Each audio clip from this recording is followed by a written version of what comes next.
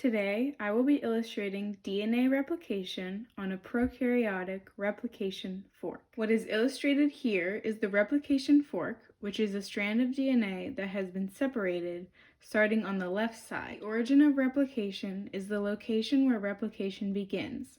And since this is occurring in a prokaryote, there is only one origin as shown by the dotted line. The top strand is 5' to 3' and the bottom strand is 3' to 5' because DNA is anti-parallel. Helicase is an enzyme that attaches to the DNA and unwinds the DNA double helix as it moves along by breaking hydrogen bonds. Helicase is important to unzip the DNA and allow for replication to occur. Here, helicase has already separated the left side of these two strands, and it will continue to move along as replication occurs. DNA gyrase is the enzyme ahead of helicase that relieves tension due to supercoils that result from DNA strand separation. DNA gyrase is important to allow helicase to do its job without the disruption of supercoiling in the separated strands. Single-stranded binding proteins are another important enzyme.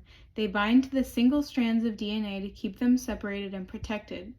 DNA's most natural state is double-stranded, and single-stranded binding proteins' job is to keep them separated so replication can occur. RNA primase adds RNA primer nucleotide sequences.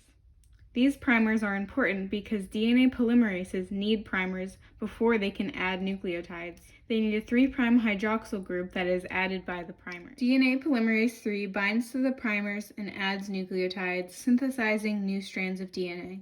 This replication always occurs in the 5' to 3' direction. On the bottom strand, DNA polymerase III binds to the primers and adds nucleotides in the 5' to 3' direction, anti-parallel to the original strand on the bottom.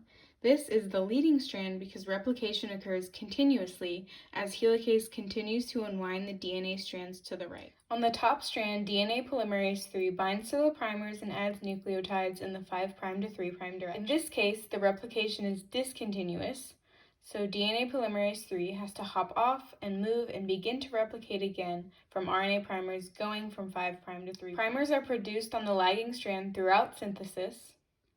This strand is called the lagging strand, and as the DNA polymerase III hops off and on, it creates fragments of DNA called Okazaki fragments. On the lagging strand, DNA polymerase I removes the primers and replaces them with DNA nucleotides.